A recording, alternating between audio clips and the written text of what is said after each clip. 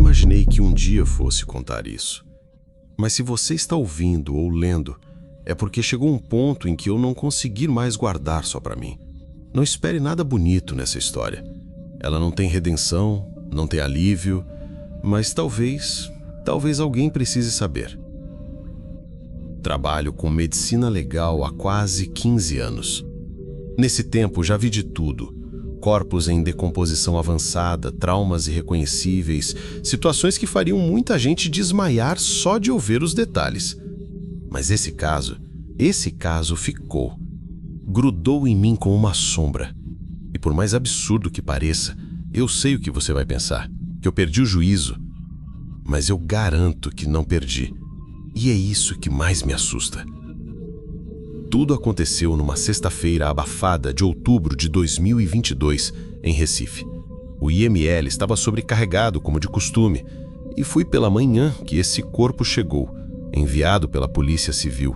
Homem, entre 35 e 45 anos, sem identificação, sem nenhuma lesão aparente, sem marcas óbvias de violência. Encontraram ele deitado num banco de praça no centro da cidade. De longe, parecia alguém tirando um cochilo, mas estava morto.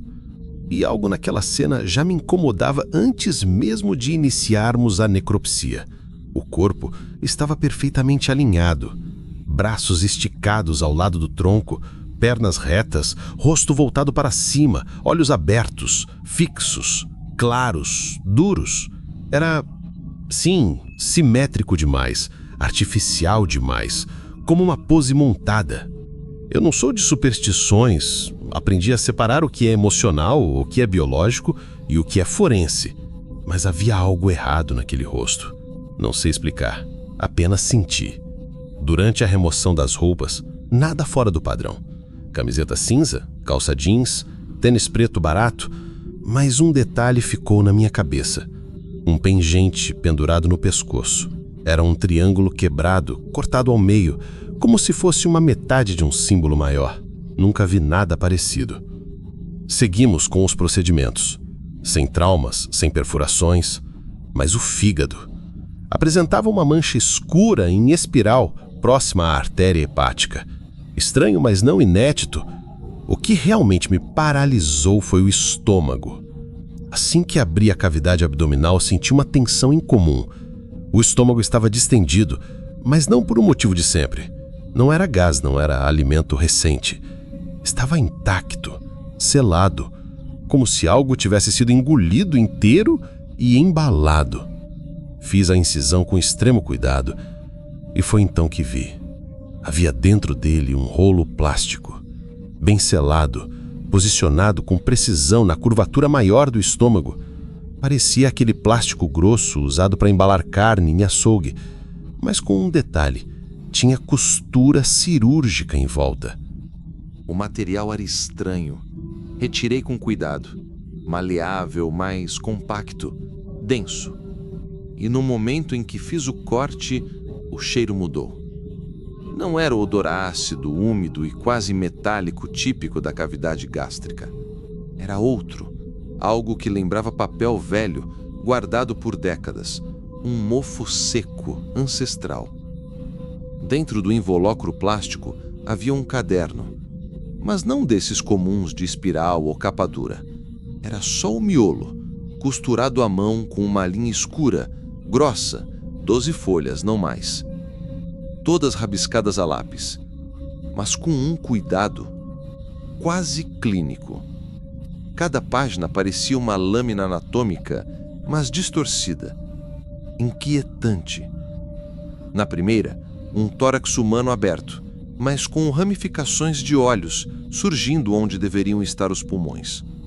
Na segunda, uma espinha que subia até o crânio e ali desabrochava como uma flor.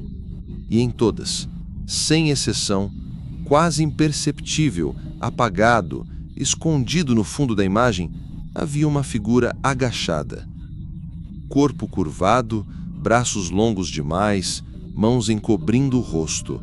Sempre ali, como quem observa tudo, como quem espera. Meu estômago virou. E isso não é comum. Tenho estômago forte, já vi o pior. Mas aquilo não era arte. Era um aviso. Segui o protocolo. Isolei o material, lacrei, entreguei como manda a norma. Mas eu fiz algo que não devia, e é por isso que estou gravando esse depoimento. Antes de lacrar, eu tirei fotos, uma a uma, com meu celular. E esse foi meu erro. Desde aquele dia, os desenhos voltam. Não nas fotos, nos sonhos. E nos sonhos, eles mudam. Às vezes vejo meu próprio rosto no lugar dos órgãos. Outras vezes vejo a figura agachada se virando, como se enfim estivesse prestes a me encarar. Tentei racionalizar.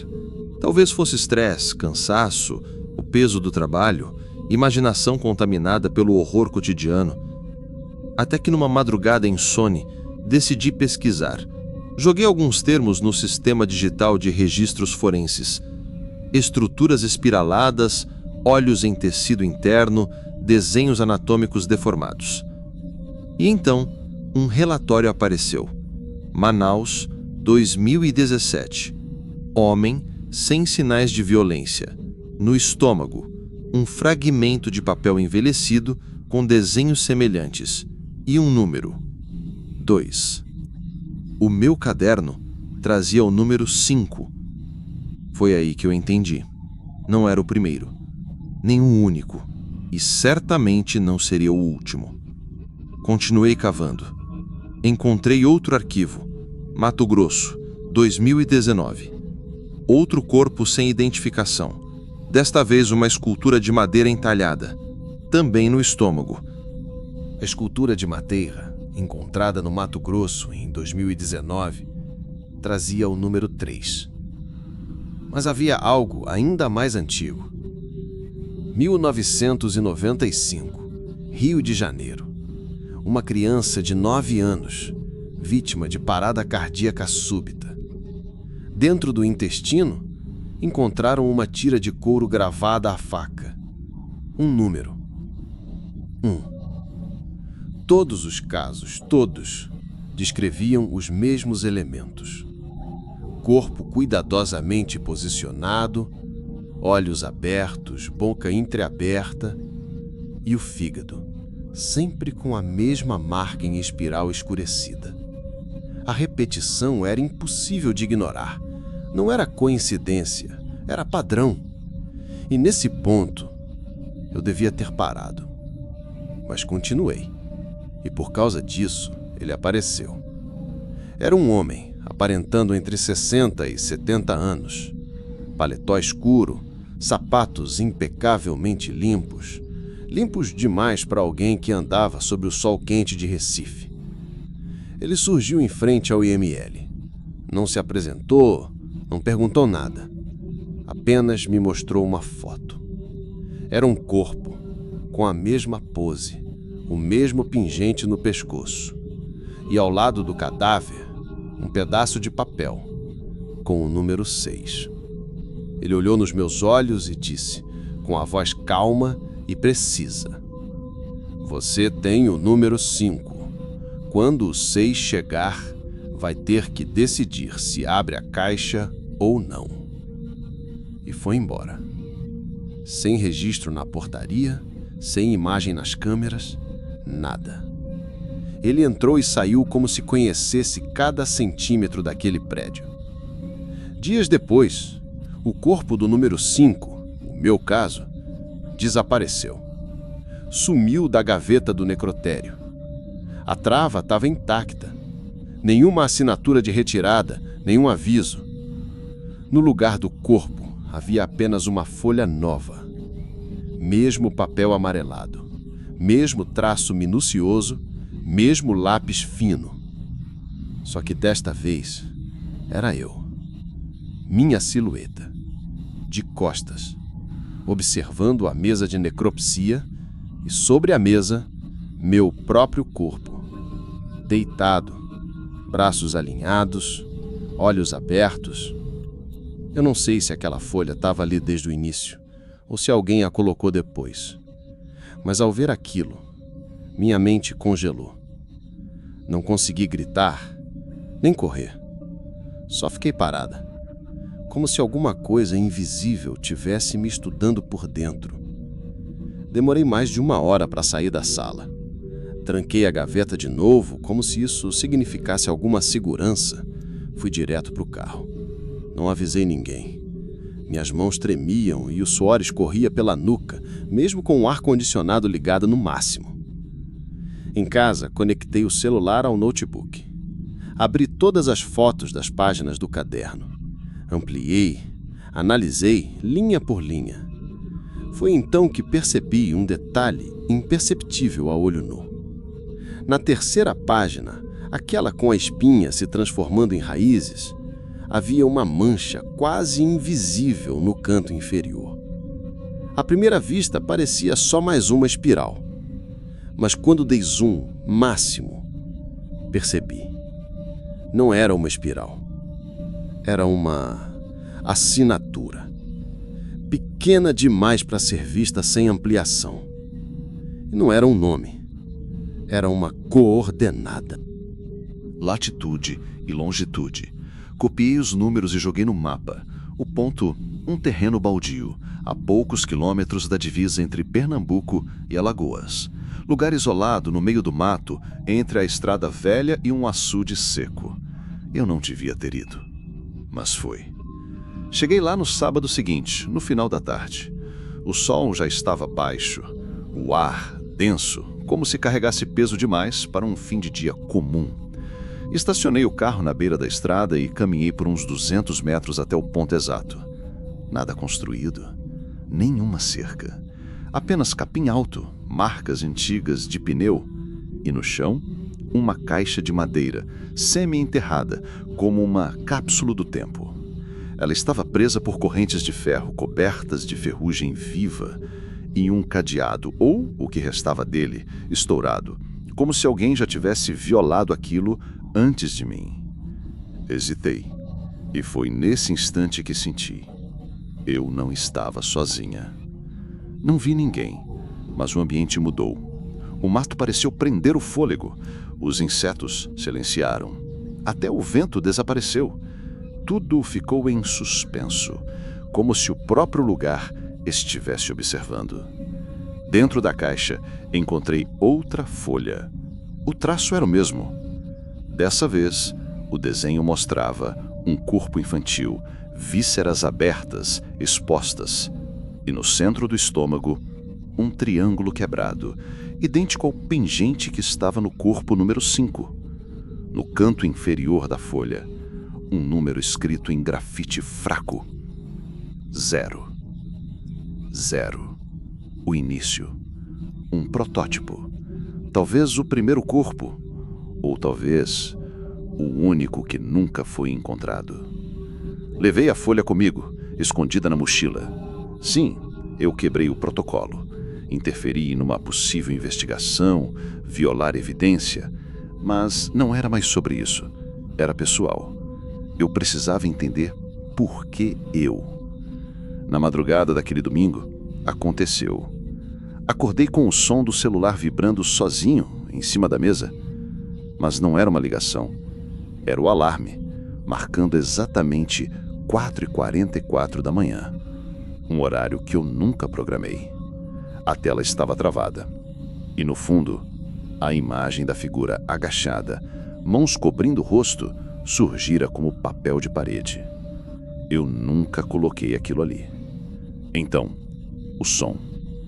Baixo, rouco, uma respiração dentro da casa. Levantei devagar, fui até o escritório e tranquei a porta. Encostei a testa na parede tentando descobrir se vinha de fora ou de dentro. E então o som cessou. No notebook, uma janela surgiu, sozinha. Tela preta, nenhum botão. Apenas uma frase piscando em branco. O número 7 já foi escolhido. Depois disso, não dormi, não comi, não fui trabalhar. Apaguei todas as fotos. Queimei as folhas. Ou quase todas. Porque a folha com o meu corpo desenhado na mesa de necrópsia sumiu. Não sei se perdeu nas chamas ou se alguém levou. Mas a pergunta que não me larga, o que me consome a cada madrugada. Eu ainda sou um alvo? Ou já estou dentro do ciclo? E o que me fez escrever tudo isso agora é que já se passaram 8 meses. E na semana passada, um novo corpo chegou ao IML. Homem sem identificação. Corpo posicionado de forma quase cerimonial. Simetria perfeita. Olhos abertos. A espiral. Novamente no fígado. Dessa vez, o estômago estava vazio. Mas havia algo dobrado com precisão dentro da boca. Era uma folha. Mais um desenho. Uma sala de necropsia. Gavetas abertas e em uma delas, minha bolsa de trabalho pendurada. No canto inferior, o número 7. Pensei em sumir, abandonar tudo, trocar de estado, de nome, de vida. Mas uma coisa me segura. Não é coragem, é instinto. A certeza de que, enquanto eu estiver por perto, talvez ainda exista tempo de entender, de descobrir quem ou o que está por trás disso. Porque hoje, o que me tira o sono não é mais o medo de morrer. É o medo de que eu já tenha morrido e só agora estejam me desenhando.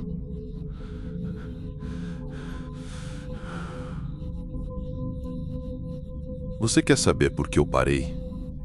Porque depois de 28 anos com o bisturi na mão, abrindo corpos que ninguém mais queria ver, eu simplesmente levantei da sala 4, deixei meu jaleco pendurado e nunca mais voltei. Porque o que colocaram naquela maca não era um corpo, era um recado. E eu demorei a entender. Tem gente que acha que necrotério é lugar de alma penada, espírito perdido, assombração. Não é. Nunca foi. O que realmente assusta ali dentro é o que ainda tem carne. É o que você consegue tocar, ver com um olho, medir com uma régua, pesar numa balança. E foi num plantão como qualquer outro.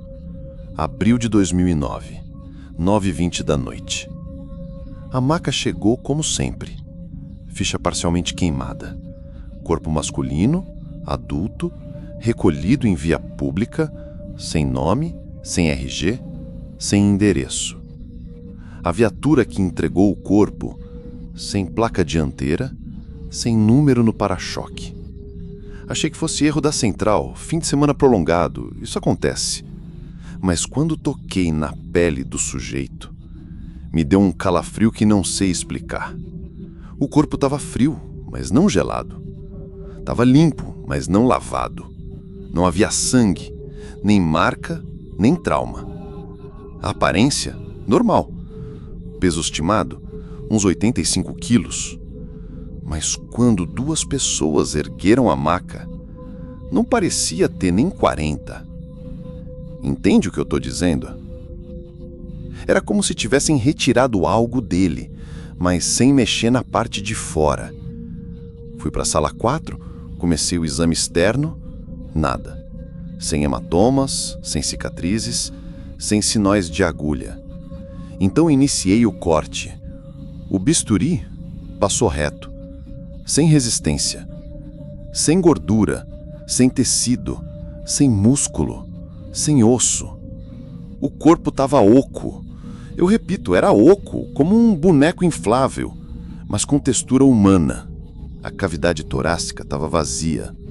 Pulmões, coração, diafragma, fígado, nada.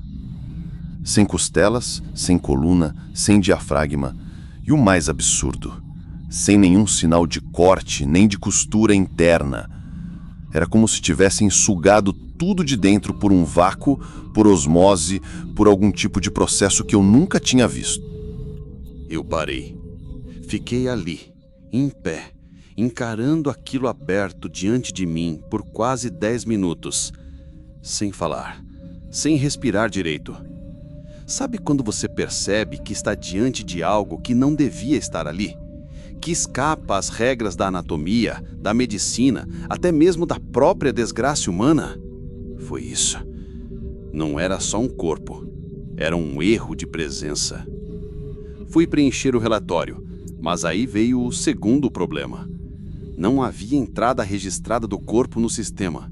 Nenhuma viatura reportou recolhimento naquela noite. Nenhum hospital de Campinas listava um óbito compatível. A ficha que acompanhava o cadáver estava parcialmente queimada, como se tivesse passado brevemente por uma chama, apenas o suficiente para apagar os dados.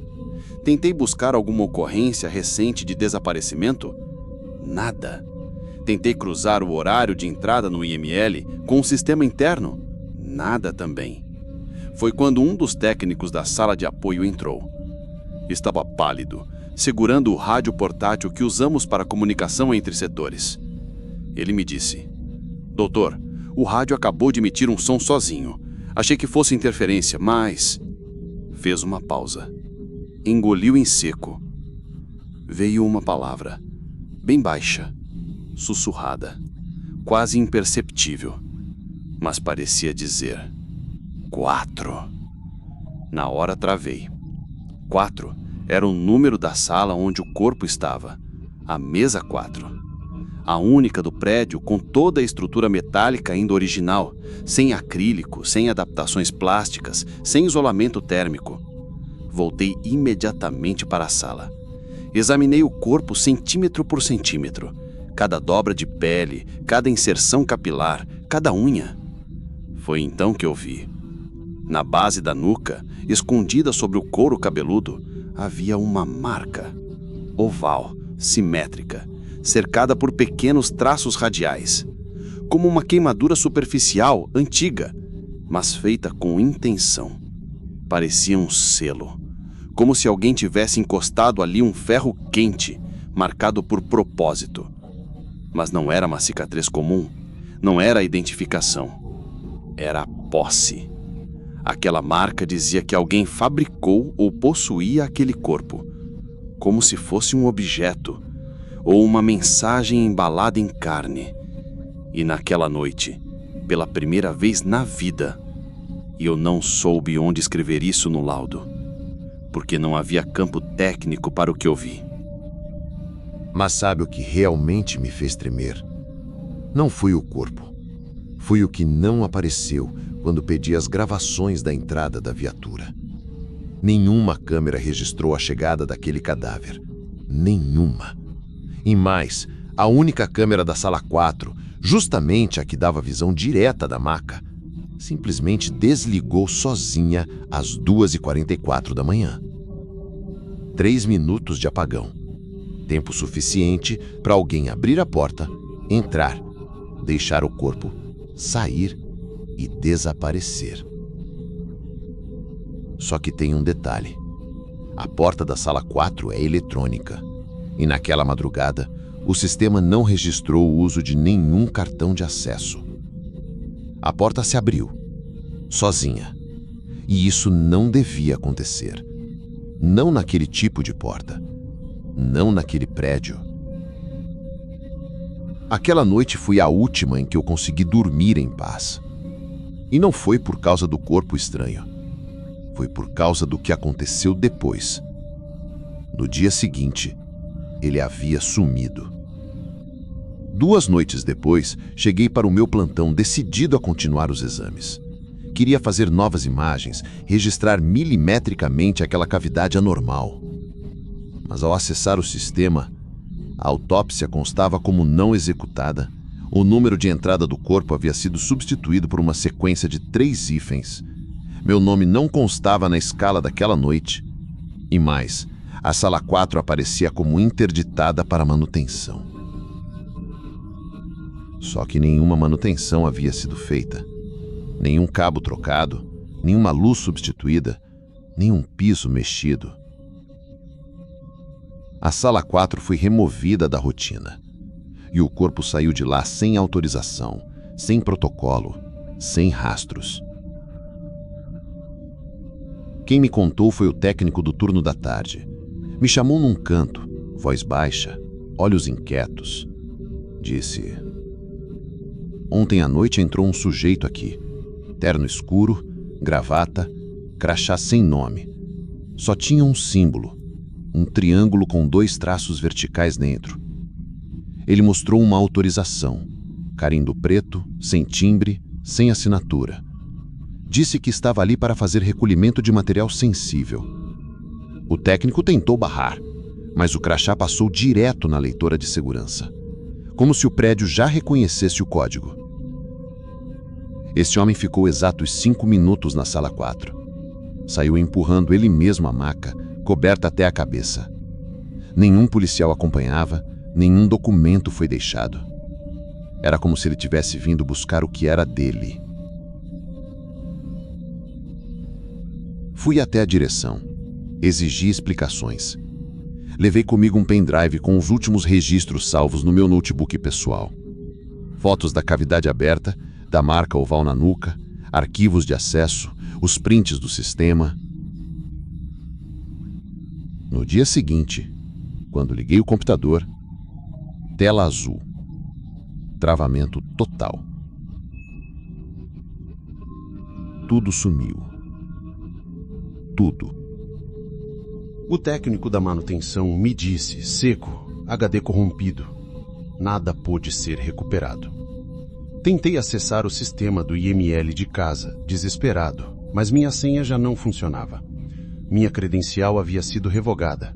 Meu nome, desabilitado.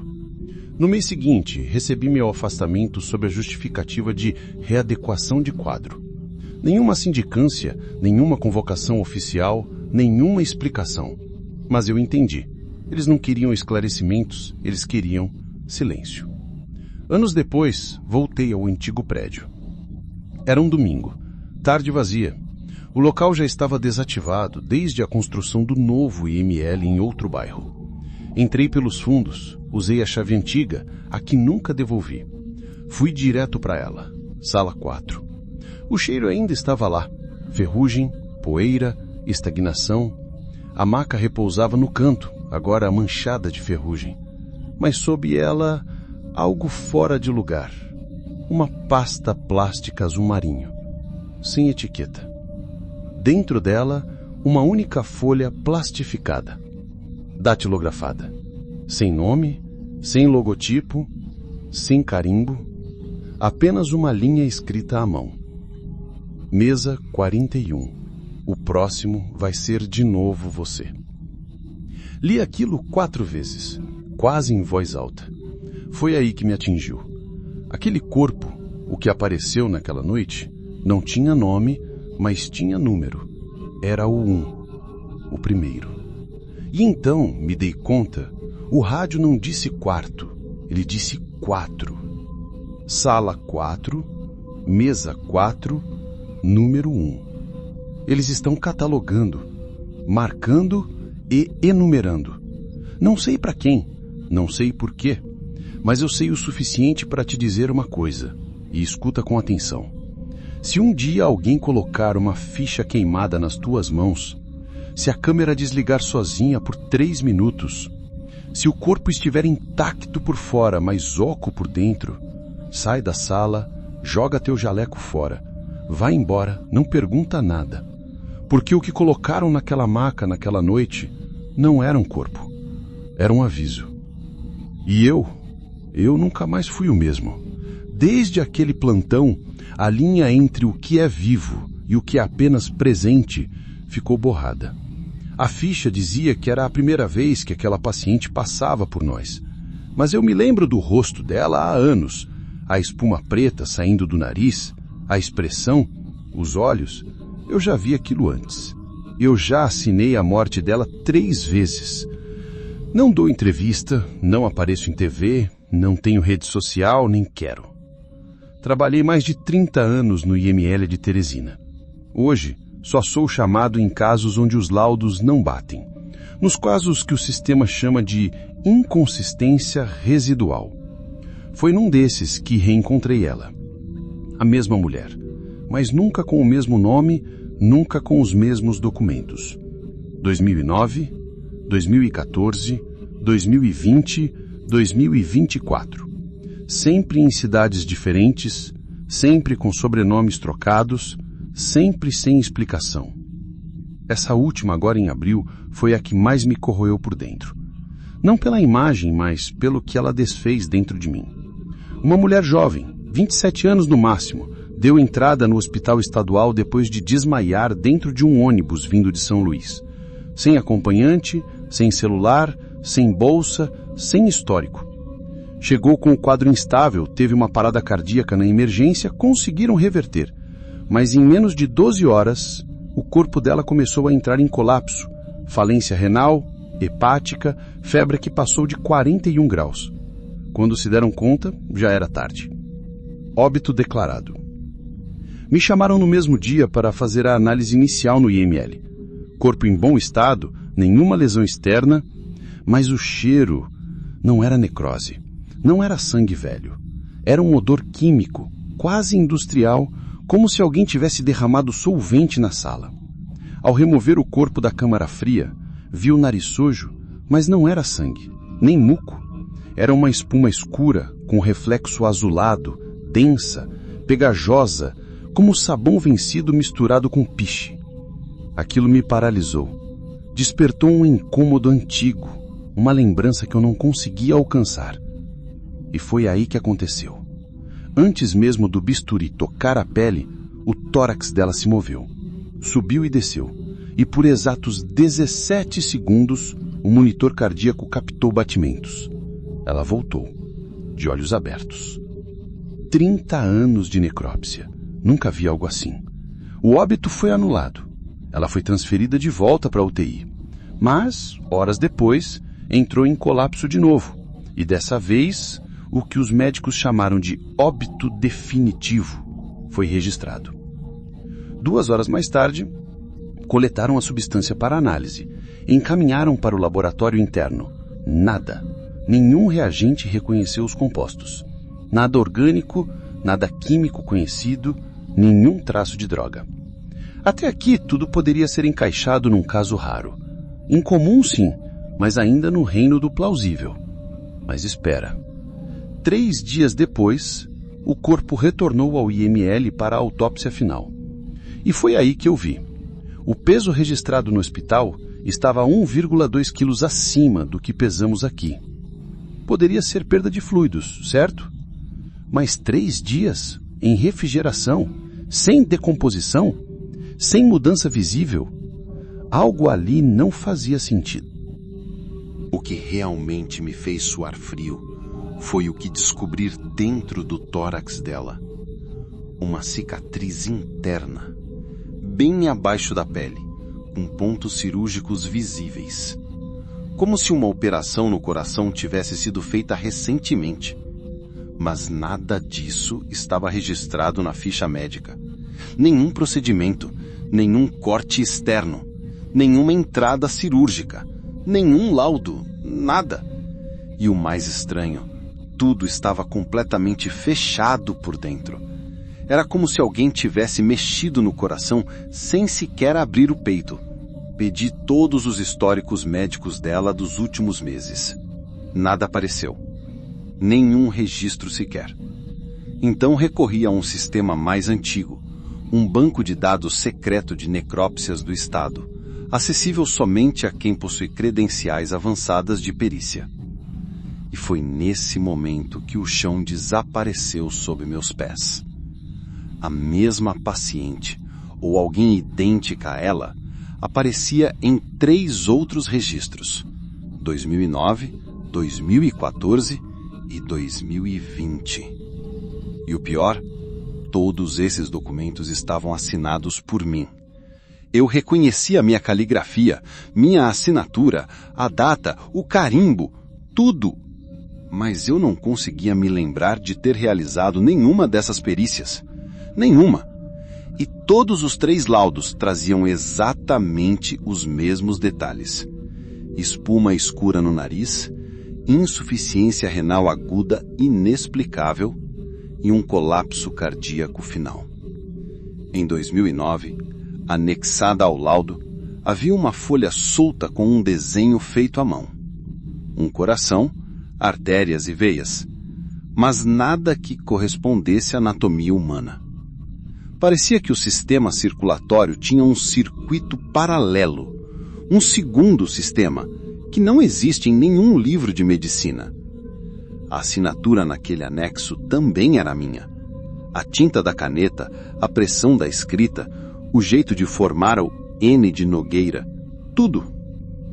Mas eu juro por tudo que mantenho a sanidade, eu nunca desenhei aquilo.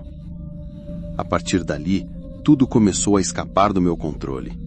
Eu poderia ter ignorado, registrado o caso como finalizado e aceitado como mera coincidência. Mas não consegui. Algo ali me puxava para um buraco negro do qual eu já sabia da existência. E não fui o único a perceber. 2 dias depois da última autópsia, o sistema do hospital onde ela foi internada disparou um aviso automático. Paciente duplicada detectada. Arquivo será encerrado por inconsistência. Só isso, mas foi o bastante para apagar tudo. Dados, laudos, imagens, pesagens, relatórios, até a ficha de entrada desapareceu da rede interna. Quando telefonei para o hospital para perguntar sobre a amostra recolhida, disseram que a enviaram ao laboratório central em São Paulo. Mas o laboratório nunca recebeu nada. O código de rastreamento sequer chegou a ser ativado.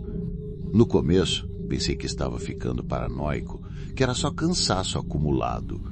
Mas então, o pior aconteceu.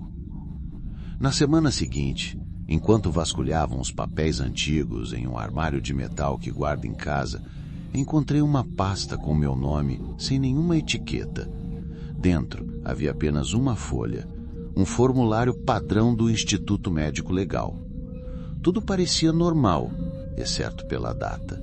Estava marcada para daqui a 2 meses. A data de entrada do corpo, o local de recolhimento, tudo ali registrado. Mas o que me congelou o sangue foi o nome, o mesmo da paciente. Mesma identificação completa, mesmo número de matrícula hospitalar.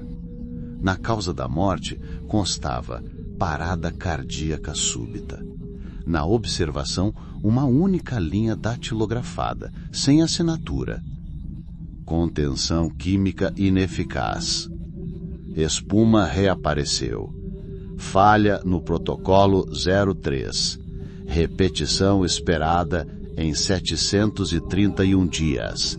Repetição esperada 731 dias. 2 anos e 1 dia. Exatamente o intervalo entre a morte dela em 2022, que eu não lembrava, mas que apareceu no sistema por poucos segundos, e a nova entrada prevista para 2024. Ou seja, a próxima morte já tem data marcada, laudo pronto, causa definida. Ela vai morrer de novo. E o que isso diz sobre mim? Se fui eu quem assinou todos esses laudos sem lembrar? E no meio do meu arquivo pessoal apareceu um documento do futuro, com minha assinatura digital, meu carimbo oficial e uma data que ainda nem chegou. Não faço ideia de quem enviou aquilo. Não me lembro de ter digitado ou impresso o arquivo, mas a pasta tem a marca da minha impressora e a gaveta onde estava só abre com a minha chave. Desde então, recusei todos os chamados de perícia externa. Não durmo com o celular ligado e toda noite, antes de apagar a luz, me pego encarando o teto com uma pergunta que não me abandona. E se não for ela quem está voltando? E se for eu, repetindo a mesma história, vez após vez? Alguém ou algo está controlando esse ciclo e eu não sei se sou engrenagem dessa máquina ou apenas um erro que se recusa a desaparecer. Se você está ouvindo isso e algum dia o nome dela aparecer em alguma ficha, hospital, jornal ou câmera de segurança, não tente entender, porque entender é o que me deixou assim. Eu tento falar com calma, mas preciso registrar isso aqui, pois sinceramente não sei mais em quem confiar. Meu nome é Marcos Antonelli. Fui médico legista por 37 anos em Curitiba. Trabalhei com mais de 4.000 corpos. Vi de tudo. Pessoas esquartejadas, acidentes de helicóptero, afogamentos em poços de fábrica. Coisas que não cabem em um simples áudio como este. Mas nenhuma dessas cenas, nenhum desses absurdos chegou perto do que aconteceu comigo no ano passado. Eu estava de plantão numa sexta-feira normal, quando chegou o corpo de um homem não identificado, vítima de atropelamento em estrada. A documentação veio incompleta. O IML recebeu apenas o básico. Masculino, 34 anos. Provável óbito por traumatismo craniano. Um caso comum, rotineiro. Mas no instante que levantaram o lençol sobre o corpo, eu congelei. Aquele não era só um rosto familiar, era um rosto que eu jamais poderia esquecer. A mandíbula, o corte no supercílio esquerdo, mas foi a tatuagem que me travou. Na costela esquerda, em letras finas, uma frase em latim: Fiat voluntas tua, ou seja, seja feita a tua vontade. Eu já tinha examinado aquele corpo antes. Não é figura de linguagem, nem exagero. Eu assinei o laudo daquele homem em 2005. Eu atestei a morte dele. Eu carimbei a causa da morte e guardei uma cópia daquele caso comigo por mais de uma década, porque foi um dos poucos que me marcou profundamente. O nome dele era João Alfredo Vieira Dias. Ele morreu com 34 anos e agora, em 2023, tinha voltado com os mesmos 34 anos. Nem pensei duas vezes, saí da sala, fui direto para meu arquivo pessoal em casa. Um hábito que muita gente criticava. Peguei a caixa de 2005, puxei a ficha 0702B e lá estava. Mesmo nome, mesma idade, mesmo dente inferior quebrado, mesma mancha de nascença no lado direito do pescoço e a minha assinatura abaixo. Voltei correndo para a delegacia e pedi acesso ao banco digital do IML. Não encontrei nada. Digitei o número do caso, arquivo não encontrado. Procurei pelo nome dele, nada. Número de protocolo inexistente. Fui até o setor de registros impressos. O armário do ano 2005 estava trancado com lacre vermelho. E no relatório geral, que deveria listar todos os laudos emitidos naquele ano, o nome dele não constava. Foi aí que comecei a desconfiar que ou eu estava enlouquecendo ou estava sendo enganado. No dia seguinte, conversei com um colega mais antigo, o Dr. Silas, que trabalhou comigo em 2005. Perguntei se ele lembrava do caso do João Alfredo, se tinha visto aquele corpo naquela época. Ele franziu a testa e respondeu: João Alfredo? Esse nome nunca passou por aqui, não. Era como se todo mundo tivesse apagado da memória, menos eu. E eu juro por tudo que é mais sagrado, não era parecido, era o mesmo homem. Naquela noite eu não dormi. Decidi que se quisesse encontrar alguma verdade não podia depender dos registros oficiais. Eu precisava ir mais fundo. Fui atrás do prontuário do corpo recém-chegado e ali, entre as folhas com cheiro de formol, encontrei o que mais me gelou por dentro. Nome completo: João Alfredo Vieira Dias. Data de nascimento: 17/11/89. RG idêntico ao de 2005. Digital, mesma identificação. O corpo de 2005 e o corpo de agora eram um mesmo. Mas o que realmente me derrubou veio no final da ficha. Parente de contato: Vitória Vieira Dias. Filha, 11 anos. Eu nem sabia que ele tinha uma filha e nem fazia ideia de que esse nome ia me levar para o pior beco sem saída da minha carreira. Eu confesso que quase rasguei aquela ficha ali mesmo. Mas peguei o nome da menina e fui atrás. Vitória Vieira Dias, 11 anos, Colégio Atos. Entrei em contato com a direção da escola. Me apresentei como legista do IML, o que eu ainda era oficialmente. Pedi para falar com a coordenadora. Expliquei que se tratava de um caso delicado. Ela puxou a lista de matrícula na minha frente. Não existia nenhuma Vitória Vieira Dias, nem naquele ano, nem nos anos anteriores. Voltei para o carro com a cabeça zumbindo, tentando entender. E se inventaram aquela filha? E se colocaram um nome falso para fingir que o homem era novo, mas na verdade era o mesmo? No fim da ficha havia também um endereço: Rua dos Aricandais, 1632. Bairro afastado, quase rural. Fui até lá no mesmo dia. Era umas 5 da tarde quando estacionei em frente à casa. Portão de ferro caído, grama alta, caixa de correio transbordando de papéis velhos. A casa inteira tinha aquele cheiro de umidade e esquecimento. Toquei a campainha, nada. Chamei, nenhuma resposta. Mas na caixa de correio, entre contas antigas e panfletos desbotados, havia um envelope pardo, sem selo, sem remetente, escrito à mão com caneta azul. Doutor Marcos Antonelli. Eu abri ali mesmo, no meio do mato alto e do silêncio, e encontrei 3 coisas. Uma cópia do meu próprio laudo de 2005, uma foto recente do rosto do corpo que eu acabei de examinar e um bilhete escrito à mão com caneta azul. Você não está esquecendo. Você está sendo testada. Naquele momento foi como se o ar pesasse, como se alguém tivesse rindo de mim, de algum lugar onde eu não alcançava. Voltei para casa sem contar nada para ninguém. Apaguei as luzes, tranquei todas as portas. Naquela noite não houve descanso. Na madrugada, meu celular tocou. Era do Hospital Central. Doutor Marcos, temos um corpo a caminho. Solicitaram que o senhor acompanhe diretamente. Perguntei o nome. João Alfredo Vieira Dias. Na manhã seguinte, sem pensar 2 vezes, pedi minha aposentadoria.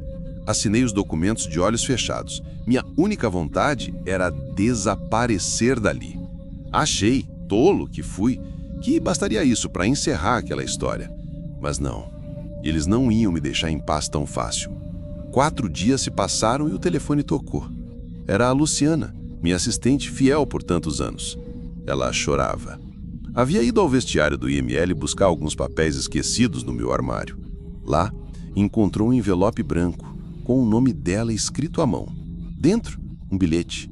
A caligrafia era minha, a assinatura também, mas eu não tinha escrito aquilo. A mensagem era direta, perturbadora. Se este for o terceiro, me incinere. Até hoje eu não sei o que está por trás disso. Não sei se estamos no meio de um experimento secreto, uma farsa meticulosamente arquitetada, uma vingança calculada, ou se é algo ainda maior, algo que a nossa razão não alcança. Mas sei de uma coisa, aquele homem morreu. Eu vi. Assinei os papéis, supervisionei o enterro. E mesmo assim ele voltou. O mais assustador não foi o corpo reaparecer, foi o recado. Alguém está nos vigiando. Alguém apagou os registros. Alguém sabia exatamente o que eu lembrava. E se estão ouvindo isso agora, prestem atenção. Eu não quero mais entender, quero sobreviver.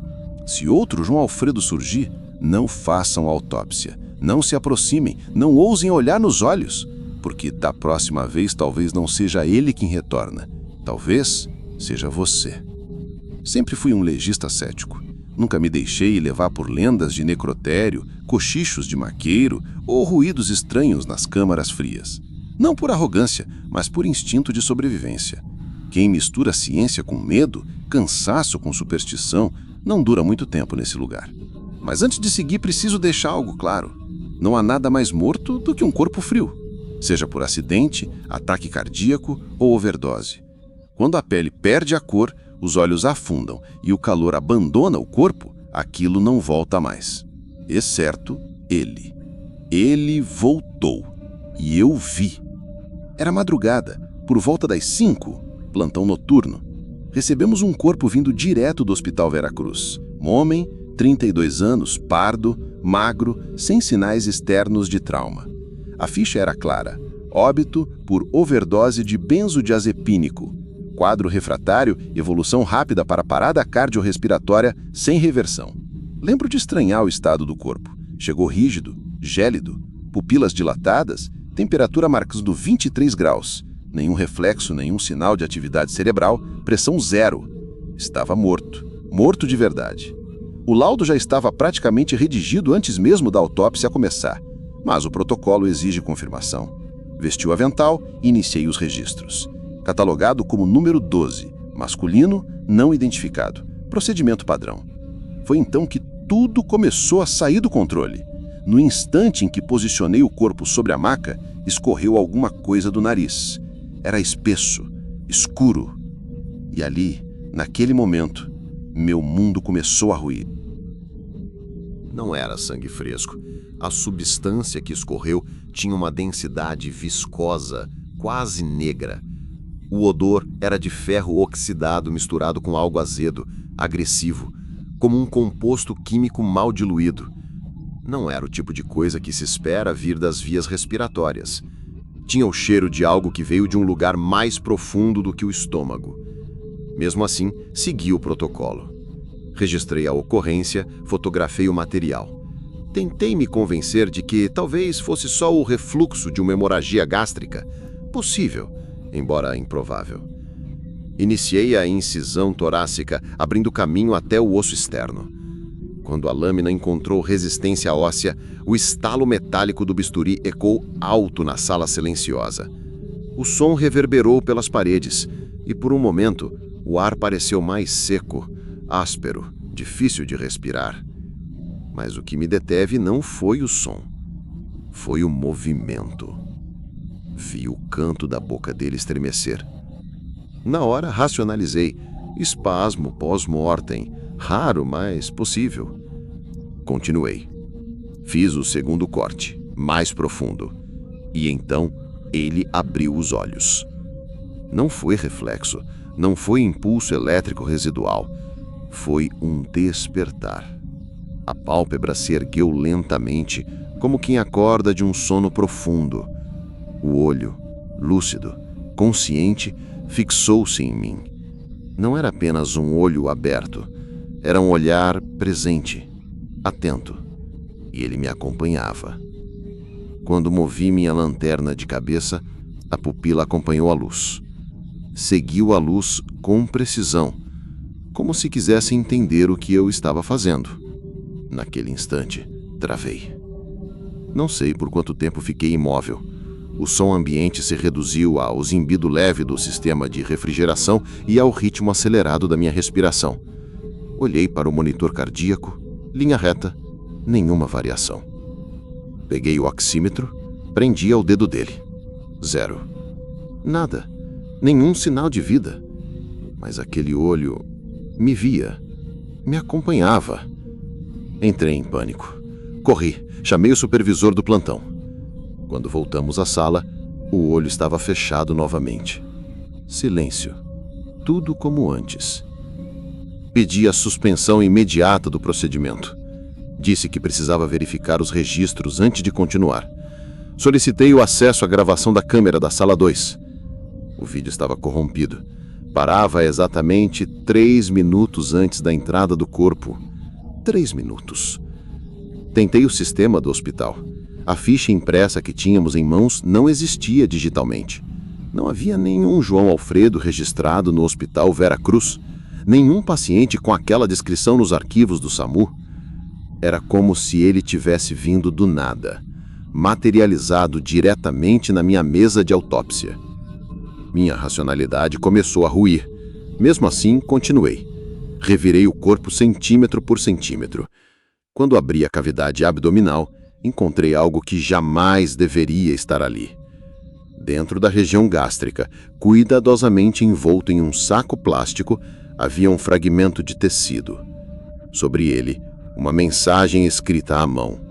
A letra era fina, trêmula, quase legível. 4º de ciclo, neurovisor. Abrir com cautela. Ele ainda vê. Não contei a ninguém. Aquela mensagem não podia entrar nos registros do instituto.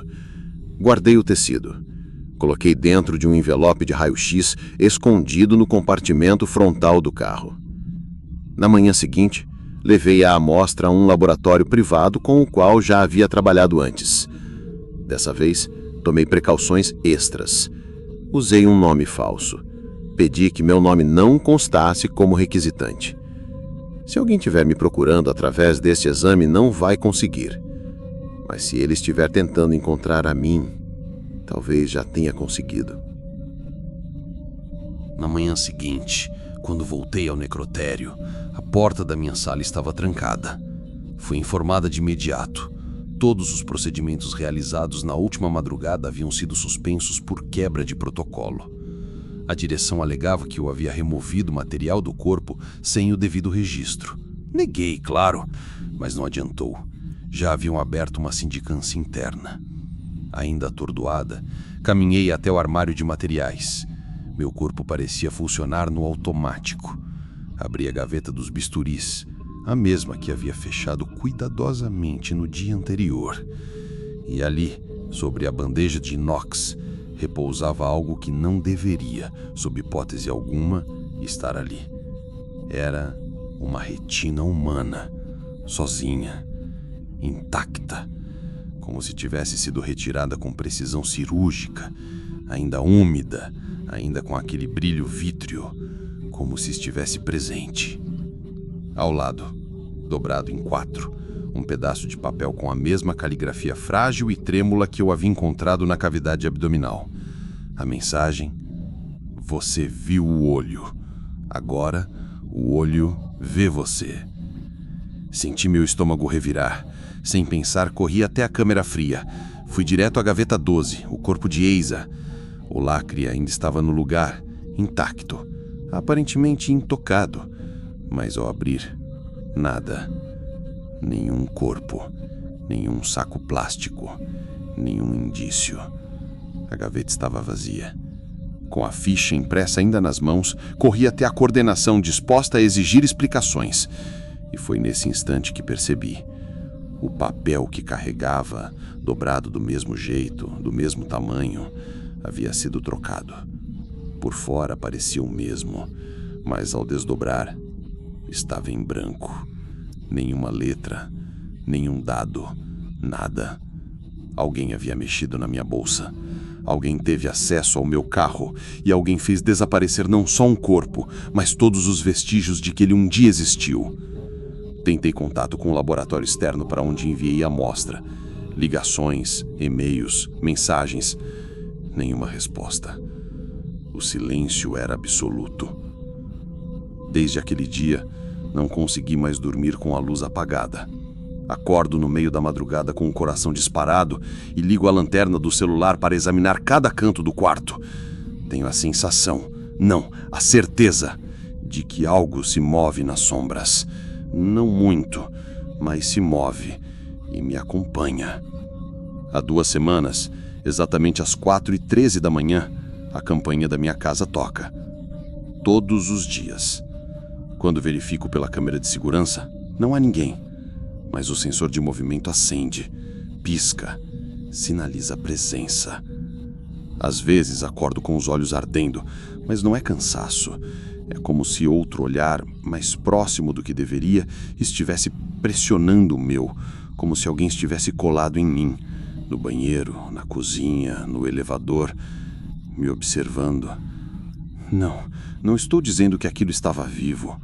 Estou dizendo que ainda vê, mesmo sem corpo, mesmo sem nome, mesmo depois da morte. Eu só estou compartilhando isso agora porque talvez você esteja passando por algo parecido. Talvez você tenha tocado em um corpo errado, ou olhado por tempo demais, ou ignorado sinais. E talvez, só talvez, agora seja você quem está sendo observado. E se for você? Se agora mesmo sente um arrepio no pescoço, uma presença imóvel no canto da sala, algo que parece te observar, não apague a luz, porque se o olho ainda vê, é no escuro que ele enxerga melhor. Existem coisas que não deveriam voltar para a mesa de necropsia, nem vivas, nem mortas. Perdoa se eu começo esse relato de forma fria, é o vício da profissão. A gente aprende com o tempo a distinguir o que é carne e o que é história. Mas há momentos em que essas duas coisas se fundem. E é sobre isso que eu vim falar. Essa história aconteceu há alguns meses. Plantão noturno no IML de Ribeirão. Tudo aparentemente dentro da normalidade, até a chegada de um corpo masculino, idade estimada em torno de 30 anos, sem identificação. O cadáver não apresentava sinais evidentes de violência, sem fraturas, sem perfurações, sem sangue visível, apenas morto. Rodamos as digitais, como de praxe, e o sistema retornou. Lucas Emanuel Ravena. Tudo bem até aí, mas um detalhe chamou a atenção. O endereço vinculado ao CPF do rapaz era de uma clínica psiquiátrica em Franca, Clínica Monte Azul.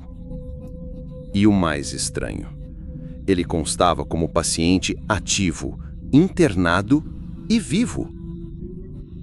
Achei que fosse falha de sistema, não seria a primeira.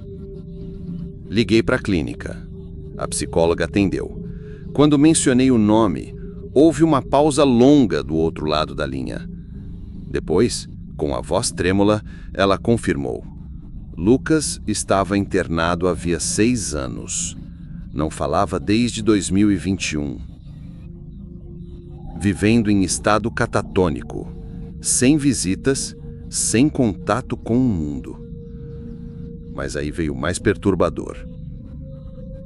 Descrevi o corpo recebido no IML. Características faciais, estrutura física, sinais visíveis. Ela me interrompeu e pediu para repetir. Então perguntou: ele tem uma queimadura oval nas costas? Sim.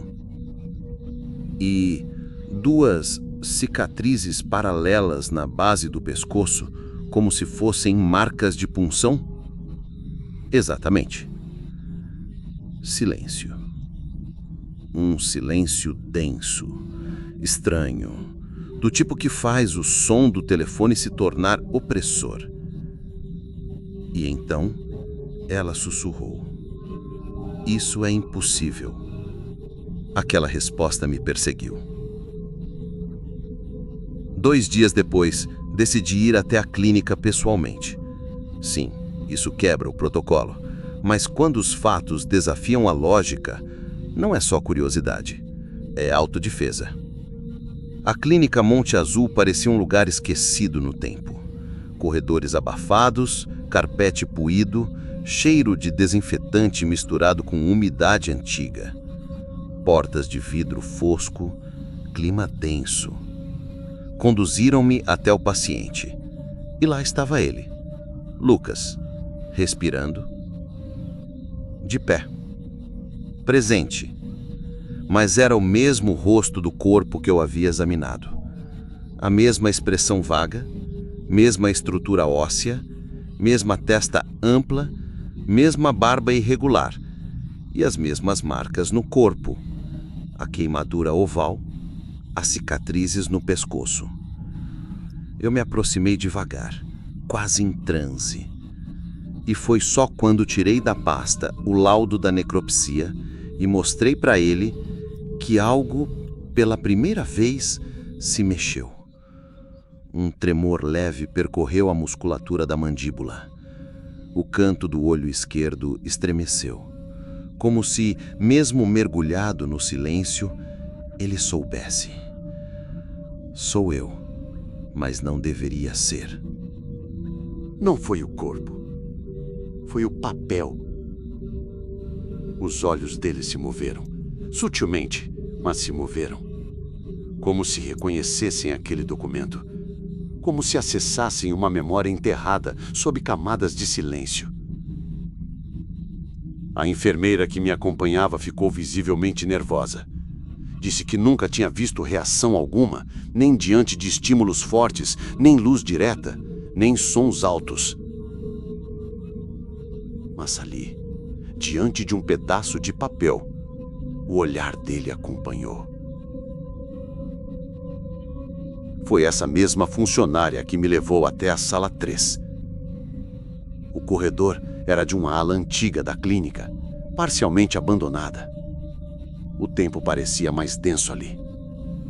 A sala ficava no final, atrás de uma porta larga de madeira, trancada com uma corrente grossa e um cadeado de ferro.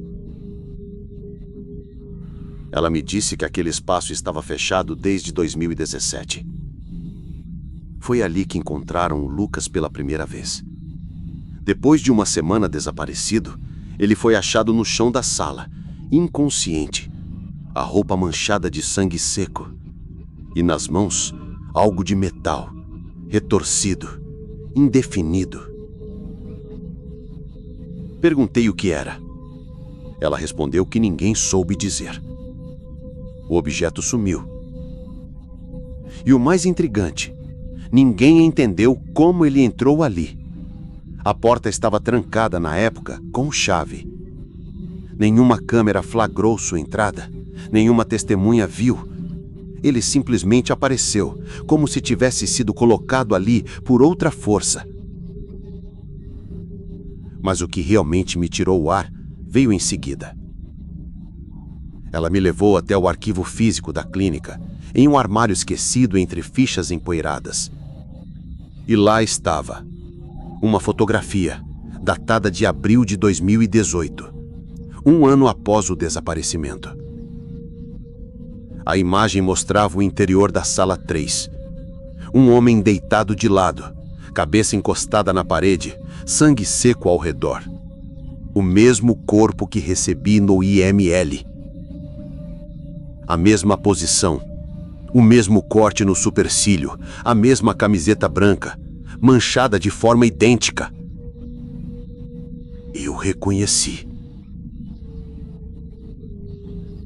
Era o corpo que abri dias antes, com minhas próprias mãos. Saí de lá com a sensação de estar participando de um roteiro pré-escrito, onde todos os outros sabiam os papéis, menos eu. De volta ao IML, decidi acessar arquivos antigos do Hospital Universitário, onde trabalhei por quase uma década. Busquei um nome Lucas Emanuel Ravena. Talvez, pensei, ele tivesse algum histórico clínico que justificasse tudo isso. O que encontrei congelou meu sangue. Uma necropsia completa, datada de 2015, 3 anos antes do desaparecimento dele na clínica. Assinada por mim, com minha letra, meu carimbo. Era ele, mesmo nome, mesmas marcas no corpo. A mesma imagem do laudo anexado batia perfeitamente com a foto de 2018 da clínica. Só que eu não lembrava. Não lembrava de ter feito aquela autópsia. Mas tudo estava lá. A assinatura, a ficha preenchida, a análise completa. Minha letra. Desde então, o sono virou um campo de batalha. Às vezes acordo com a sensação de estar preso dentro de um lugar sem portas, sem saída. Só espelhos. Espelhos por todos os lados, no chão, nas paredes, no teto. Todos refletindo o mesmo corpo. Deitado, com o rosto virado para mim, me encarando. E eu ali, no centro, sem saber se sou o legista ou o próximo. E o pior é que, às vezes, o rosto refletido não é mais o dele. É o meu. Desde aquele dia, entre noites mal dormidas e silêncios longos demais, comecei a revisar tudo que tinha arquivado em casa.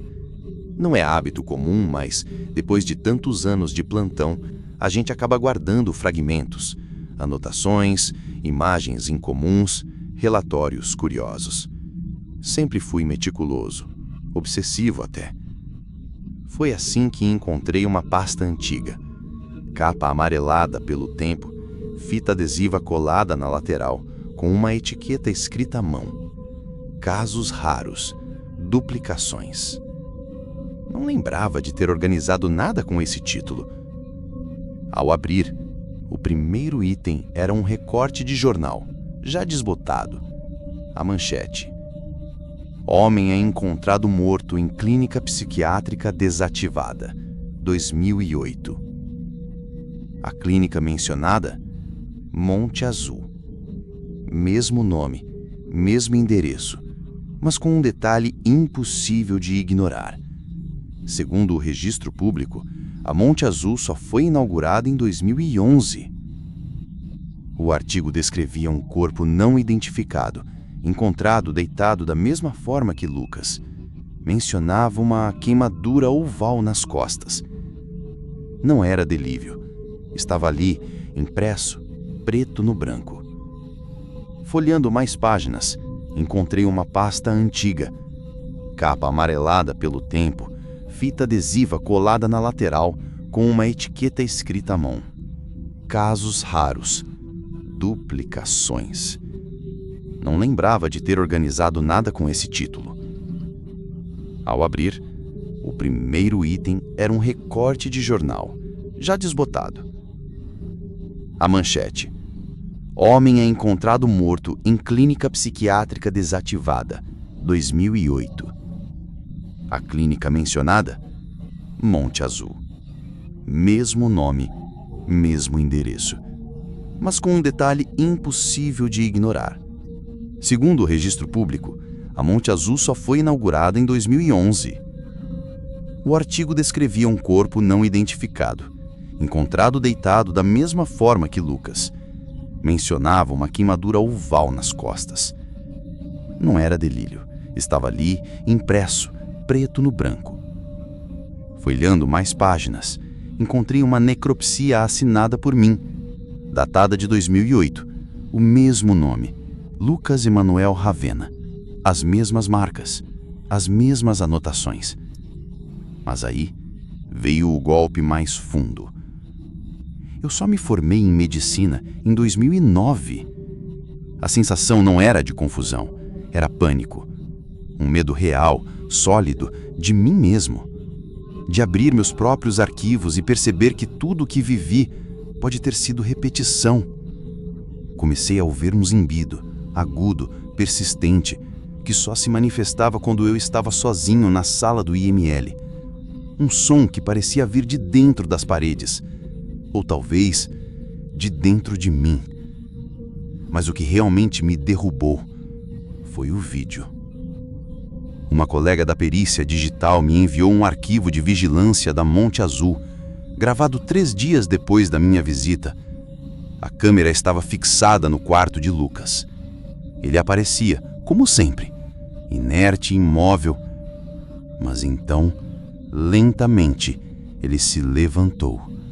Sem apoio, sem ajuda. Caminhou até o canto do quarto, encarou a parede, ficou ali, parado, quase reconhecendo algo no vazio. 3 minutos depois, ele se virou para a câmera, olhou direto para a lente e disse, com uma voz baixa, grave, completamente diferente de qualquer registro anterior: pela primeira vez em anos, eu sou o que resta quando ele dorme. A equipe da clínica entrou em contato. Achavam que eu tinha algo a ver com aquilo. Me ligaram no mesmo dia. Eu não atendi. Não quis voltar lá. Não depois do e-mail. Sem remetente, sem corpo de texto. Apenas o assunto. Sala 354. Abri. Uma única imagem. A porta da sala. Aquela sala, entreaberta. A corrente de ferro ainda pendurada na maçaneta. Mas o que estava lá dentro não fazia sentido. Na parede oposta havia algo que parecia um espelho, só que não refletia a porta, nem a parede de entrada. Refletia a mesa do IML, e eu, de pé, ao lado de um corpo. Fechei o notebook na hora, e até agora não voltei a abrir. Desde então, comecei a registrar tudo. À mão, em papel e guardado em lugares diferentes. Não confio mais em pendrives, nem em nuvem, nem em backup automático. O que me apavora não é o Lucas, nem a sala trancada, nem os anos trocados em arquivos impossíveis. O que realmente me paralisa sou eu. Nos últimos meses, durante necropsias recentes, percebi algo estranho, sutil mas repetitivo. Minha caligrafia começou a mudar. Letra por letra, ela voltava a se parecer com aquela do laudo de 2015. Mesma inclinação, mesmo traço final no R, como se eu estivesse assumindo, pouco a pouco, uma versão antiga de mim mesmo. Ou pior, como se ela estivesse reassumindo o controle por mim. E então veio o golpe final. Às vezes, quando abro o prontuário eletrônico, o nome Lucas Emanuel Ravena já está lá, impresso no topo, antes mesmo que eu digite qualquer coisa. E eu juro por tudo que não cadastrei nada. Pedi afastamento do IML nesta semana, mas antes de sair, voltei à sala de necropsia. Sozinho. Caminhei até o armário metálico na parede esquerda, o mesmo que uso há anos. Lá no fundo, quase invisível entre os instrumentos, havia um envelope de papel craft. Sem lacre, sem carimbo, sem nome. Dentro, apenas uma fotografia. A imagem mostrava a porta da sala 3, trancada com a velha corrente de ferro. Mas ali, ao lado da corrente, preso com um prego enferrujado na madeira, estava o meu crachá. A foto estava úmida, e quando a virei para examinar melhor, notei algo refletido na lente da câmera. A figura de quem tirava a foto. Jaleco branco, barba por fazer. Meu rosto. Eu não lembro de ter estado lá. Mas pensando bem, já não sei mais o que realmente lembro. E talvez seja melhor assim.